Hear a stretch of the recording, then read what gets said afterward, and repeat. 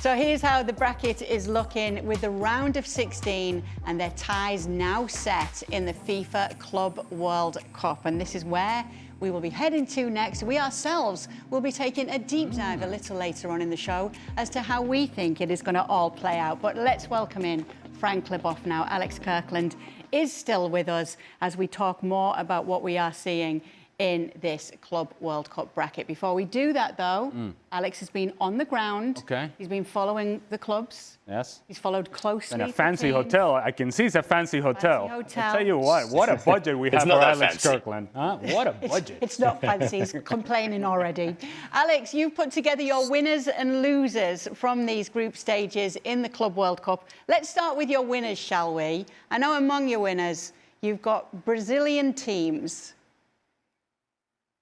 Yeah, I think it's huge for them, this tournament. We know how much it means to them. These Brazilian teams are big clubs with huge fan bases, but they crave the opportunity to prove themselves against European clubs. So it's not all about Europe. That's what this competition is all about. And they've done it. You know, 4 teams there. They've all progressed to the knockout stages, which is where they want to be. Whether they'll go all the way, I don't know. But I think these teams, the way they've played, what the fans have brought as well, I think have been a huge positive for this competition. What's your other pick of the winners, Alex? We're seeing both of your lists here on the screen.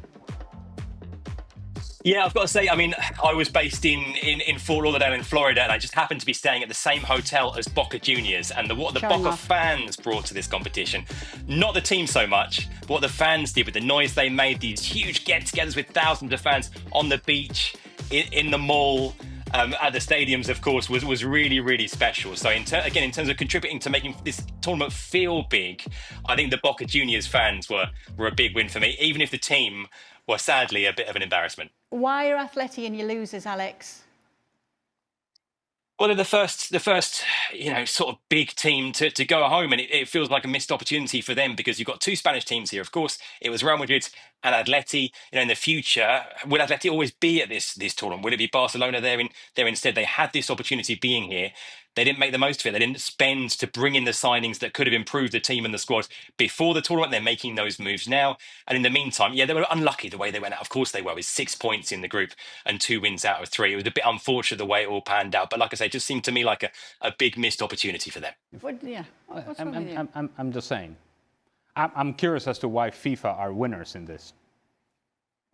We're halfway through the tournament, and there's been some positives. Probably has been better than we thought it was going to be, but there's been some negatives as well. And there's been a lot of conversation about the field conditions, about why we're playing games and the times that we're playing games, and the heat, and this, that, and the other, and a lot of empty stadiums. Well, we can focus on the Boca Junior fans, and we can focus on some of the stadiums that have been well attended. There's also been a lot of empty stadiums. I wouldn't take FIFA as a winner. I wouldn't put them as losers either.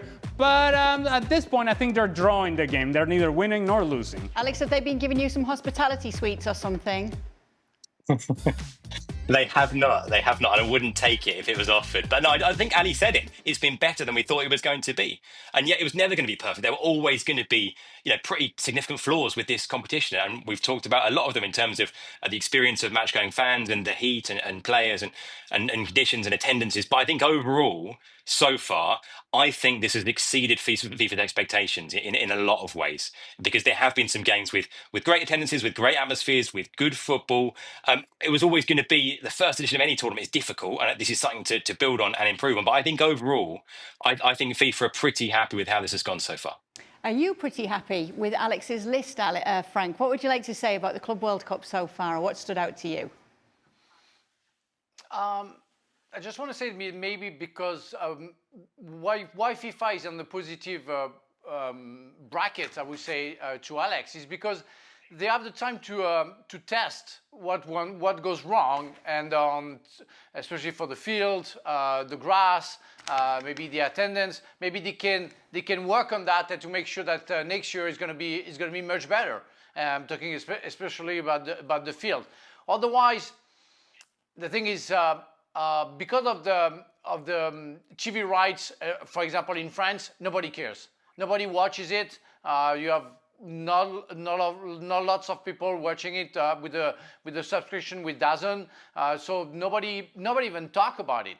So it's a good test for clubs, maybe not really for European clubs, maybe for South American clubs or Middle East clubs. It's interesting, but in Europe, I don't think it's really taken seriously. So it's a good thing to see clubs going good.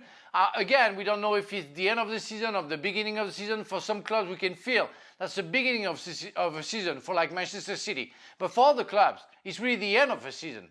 When we see players like Bayern Munich, like Müller, about to leave and retire, like Benfica with Di Maria about to go back to his first club, we don't know where we stand really. But overall, I'm pretty surprised and pretty pleased with the tournament. I wasn't interested at all, and I was like Craig Burley, I didn't give a stuff about the competition. But as much as the game goes on, I'm getting there. And we have some good games. We can understand that the attendance is not that good when you have a game, sorry, with all due respect, Auckland playing against Bayern Munich and you see a 10-0. You can understand nobody wants to see that. I mean, Auckland catching straight. He went from being negative to positive, and then he went back down to negativity. Yeah, he did run the full spectrum. It felt like he wasn't on board, and then he was, and then he wasn't. Yeah. Tried. That's me. That is me. Alex, also on your losers list was match-going fans. Tell us why.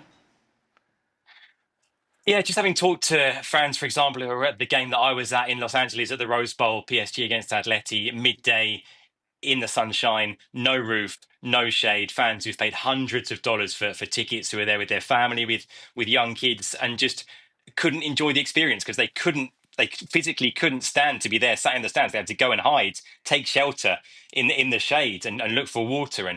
And experience like that, that's not, if you're trying to sell and kind of help to cultivate, a fan culture, certainly in a country like the US where soccer is growing all the time, we know that, but it doesn't help if the experience of a fan who's going to a game is no fun. In fact, it's quite tough. So talking to fans like that, of course, there have been other examples of games where the atmosphere has been great and the circumstances have been right in terms of the kickoff time and the stadium.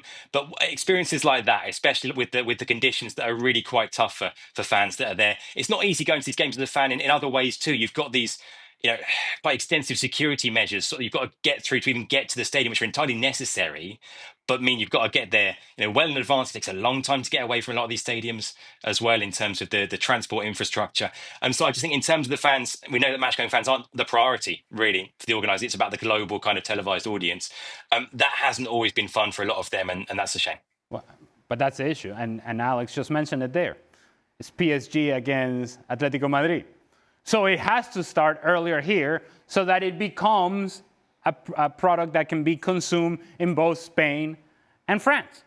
And so they're making decisions based upon the European market. And as Frank just told us, apparently the European market don't care about this competition. And so that's when I have a tough time saying that this has been a win for FIFA. I go back to the initial point. It's more of a draw than a win.